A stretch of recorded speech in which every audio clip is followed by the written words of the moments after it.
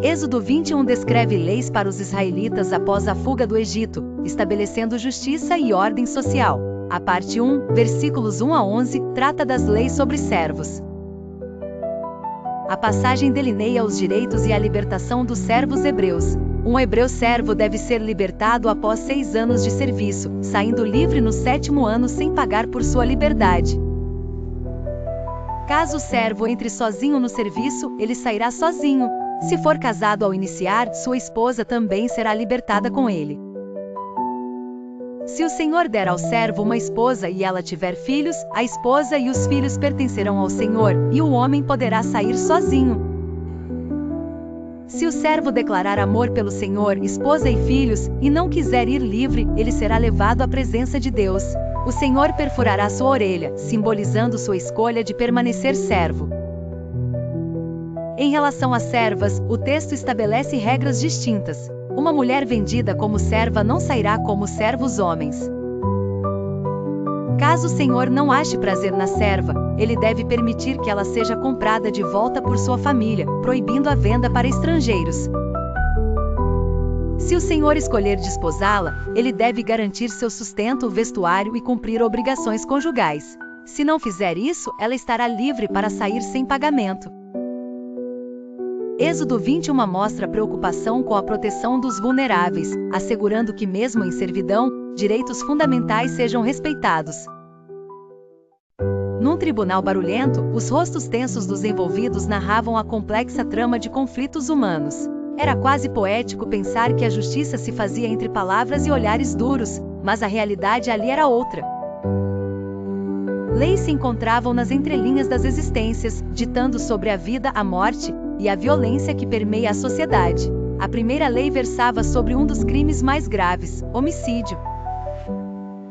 Isso não era apenas o ato de causar a morte de outro indivíduo, mas a quebra irreparável de laços humanos e sociais. A punição severa buscava não apenas a justiça, mas o equilíbrio destruído por tal ato. Quem derrama o sangue de um semelhante abre a porta para o caos, e a lei rigorosa tenta fechar essa entrada novamente, com sentenças que variam desde prisão até, em casos mais extremos, a pena capital. O tribunal precisava discernir entre o acidente e a intenção, entre o impulso irracional e o planejamento premeditado. Então surgiam as leis sobre brigas e agressões físicas. Aqui as emoções acesas pela fúria descontrolada se destacavam. Um empurrão, um soco, uma agressão que por vezes podia passar de mera expressão de raiva para um ato de brutalidade com consequências sérias. A lei estabelece que mesmo na ira, o ser humano é responsável pelo seu agir e assim, deve arcar com as consequências de suas ações. Segue-se a responsabilidade por danos causados durante uma briga. Talvez a intencionalidade não tenha sido de ferir gravemente, mas o resultado era incontestável. Feridas físicas e por vezes emocionais não podiam ser deixadas sem reparação. A justiça buscava compensar o prejudicado, exigindo que o agressor pagasse pelos danos, seja através de compensação financeira ou outro tipo de retribuição.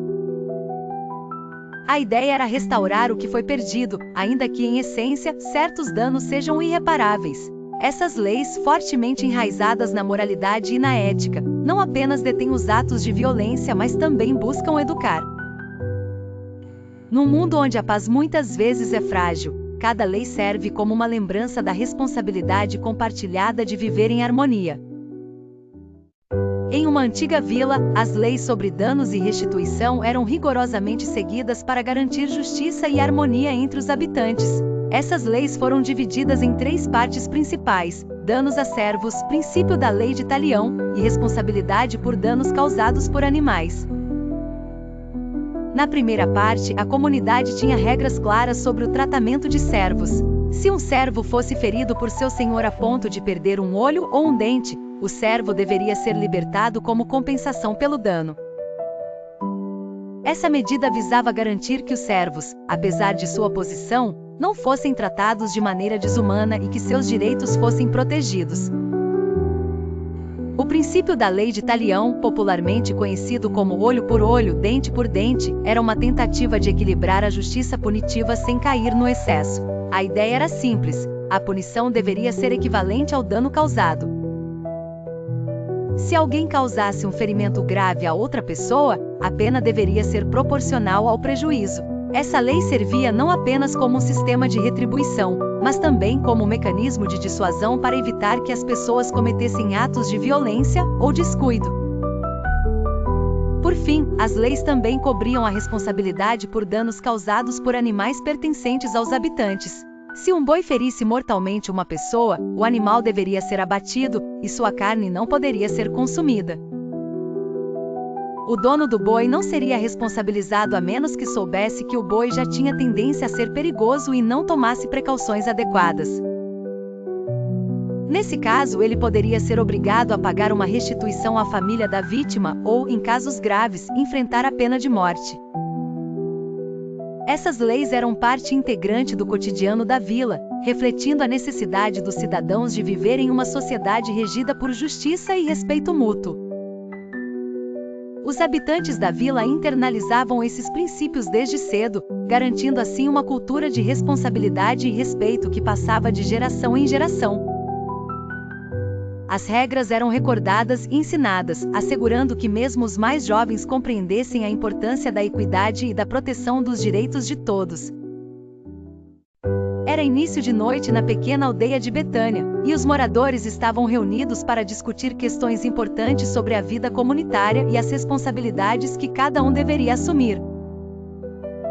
Eliabe, um dos anciãos, levantou-se para compartilhar alguns ensinamentos sobre as leis que regiam sua aldeia. Hoje falaremos sobre responsabilidade e indenização. Como cidadãos, devemos estar atentos ao que nos cerca, incluindo nossos animais e as condições das nossas propriedades, começou Eliabe. Ele prosseguiu, abordando um tema sensível sobre bois que causavam acidentes graves. Se um boi ferir uma pessoa, o dono deve prestar conta pelo ocorrido. Especial atenção deve ser dada ao boi já conhecido por ser perigoso, pois nestes casos o dono deve indenizar a vítima ou seus parentes. A responsabilidade é grande, pois preservar a vida é um dos maiores deveres que temos. Os moradores sussurravam entre si, pensando na importância dessa lei. Um dos agricultores, Josias, lembrou-se de um caso antigo em que um boi selvagem havia causado um acidente fatal. Eliabe continuou, mencionando a indenização por danos. Se um animal de alguém causar dano a outro, como morte ou ferimentos, o dono do animal deve compensar pelo prejuízo. Por exemplo, se um animal cair numa cova mal sinalizada e morrer, aquele que criou o perigo é obrigado a indenizar pela perda. Josias, já atormentado por seus próprios erros passados, considerou que deveria fazer quanto aos buracos na sua propriedade. Vou cuidar melhor do meu terreno. Não quero trazer sofrimento à minha família ou meus vizinhos, pensou ele em voz alta. Por fim, Eliabe falou sobre responsabilidade por covas e objeto desconhecido. É indispensável manter os locais seguros. Se alguém construir uma cova e deixá-la aberta sem cuidado, e outro cair, causando danos ou morte, o responsável deve acertar reparações, explicou com convicção. Os moradores, já acostumados a viver em comunidade, entendiam profundamente a necessidade de respeitar essas leis. As orientações de Eliabe foram anotadas com cuidado, pois garantiriam não apenas a segurança de todos, mas também a harmonia entre os membros da aldeia. Enquanto o encontro se dispersava, cada um seguia seu caminho refletindo sobre suas responsabilidades e pensando nas melhorias que poderiam implementar em suas propriedades e na maneira como cuidavam de seus animais. Mais que cumprimentos de leis, tratava-se de viver com consideração e cuidado mútuo, princípios essenciais para o bem viver em sociedade.